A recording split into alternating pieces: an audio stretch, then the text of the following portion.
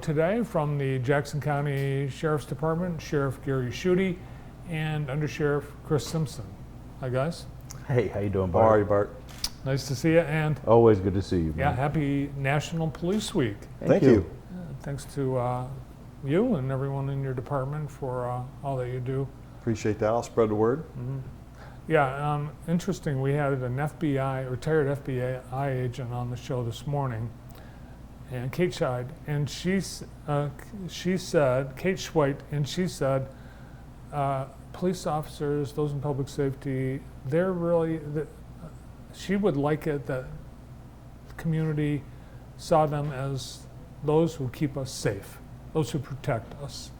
And I kind of like that, and I'm sure you do too, because you feel like that's your mission too. Oh, absolutely.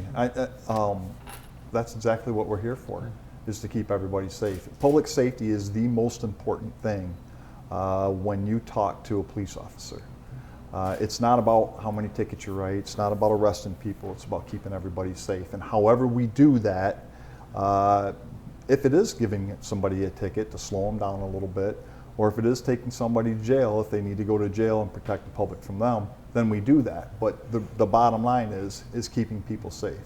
Yeah. So an ounce of prevention is worth a pound of, you know the saying, right? Right. And so, but that's important too. And engaging in the community is what we do, and I think that helps us keep the public safe as well. Yeah, we certainly should not be looked upon as adversaries to our public.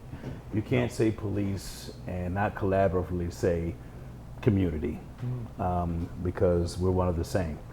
We're here for the community, to protect the community. And the old term, even policemen, watchmen, all of that is to watch and keep the community safe. Now, I mean, there's been some people against police, speak of some of the mistakes we've made. And when I say we, I'm talking nationally. And we've made some mistakes nationally, but I mean, that's not the entire cookbook, you know what I mean? A few mistakes that we've corrected, and at least in my opinion, I think law enforcement is really a key component of any community. Yeah, and it's too bad those mistakes happen. They're tragic, Agreed. and they get national news coverage. But you have to be experts on a million different things. When you go out on a call, you have no idea what you're going to be dealing with, and it can be such a wide range of issues that you have to.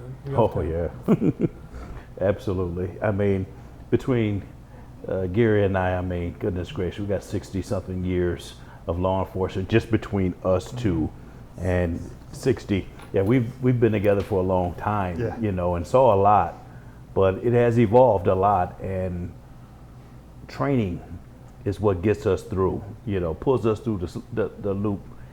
We have to train.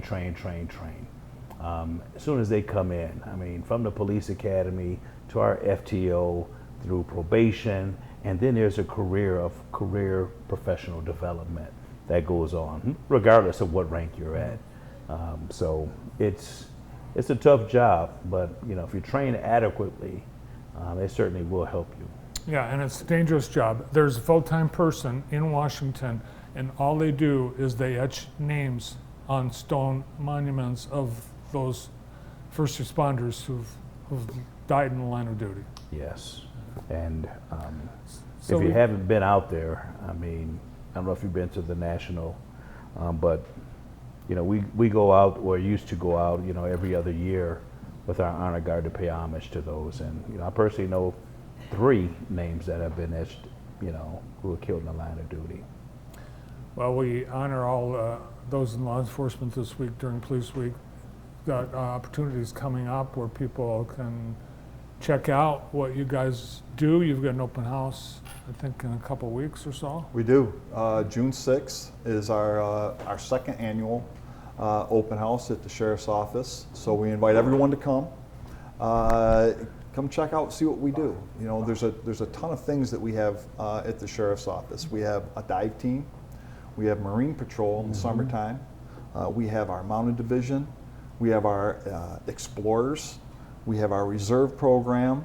I mean, I can go on and on. Of course, we have a corrections division, we have our road patrol services, but we have the SWAT team, we have Detective Bureau. I mean, just a ton of stuff goes into being in public safety, and there's a tremendous amount of responsibility that goes along with it too, and we don't take it lightly.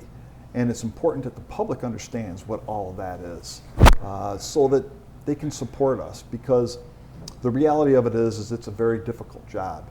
And the undersheriff was speaking about a couple of moments ago. We know personally 3 people that are on that wall, and it's a difficult thing to have to go through in your profession when you know somebody was essentially murdered on the job. And they did that by putting themselves in a position of harm to protect others. It's an incredible experience to go through when you have to go to the funeral of somebody who's done that for their community. It's overwhelming in a sense, and it's really important to have this week to explain to folks it's just exactly what that all is. And this hasn't been around forever. I think it was 1962 that President Kennedy signed National Police Day, actually, and then it's morphed into a week now, but it was National Police Day, May 15th, back in 1962, to make sure that those types of things were on the forefront of people's minds and the general public, because oftentimes it's important for us to stay in the back wings and allow people to live their life and enjoy the freedom that America provides. But when needed, we should be there to respond immediately to help people to make sure that their freedom isn't infringed upon by others. And that's really what it all boils down to when you look at it in a constitutional text as well. What can people do to observe or celebrate National Police Week? Well, we've had a wonderful response just in the first day and a half now. People bringing by Hinkley Donuts and things like that? Oh my gosh, yes. We've had all sorts of goodies. We've had, just to name a few, you know, Legion's Hospital has come in and dropped off baskets full of stuff. We've had Grass Lake Elementary School has made us pictures and brought us in different things for our deputies to look at and to read. We've had a number of different other outlets that have come in, and churches and other groups that have stopped by to tell us thank you, drop us off notes, drop us off goodies. I think we have some folks even today that brought in some pizza for us. So just some fantastic things, and we have a great community. Nice. We'll be talking about this later in the year as we get closer, but I would imagine at your open house people will get more information about the public safety millage that's going to be on the ballot later this year. Some work needs to be done on the jail situation, right? Absolutely. You know, when you talk about police work, there's a lot of people say, okay, what's the meat and the potatoes of police work? And the jail itself isn't the meat and the potatoes, it's the plate. Frankly, it's the plate that holds the meat and the potatoes and puts everything together for us. Without having the ability to remove someone and place them into an isolation area where we can protect the public, without having that, we simply can't function. And right now we're in a position to where that structure is failing, and we've put policies and procedures in place to compensate for that, but frankly they're not going to last forever. And it's really important for the public to understand that here in this very short amount of time that I've been sheriff, we've seen things happen at the jail that we shouldn't allow to happen. For instance,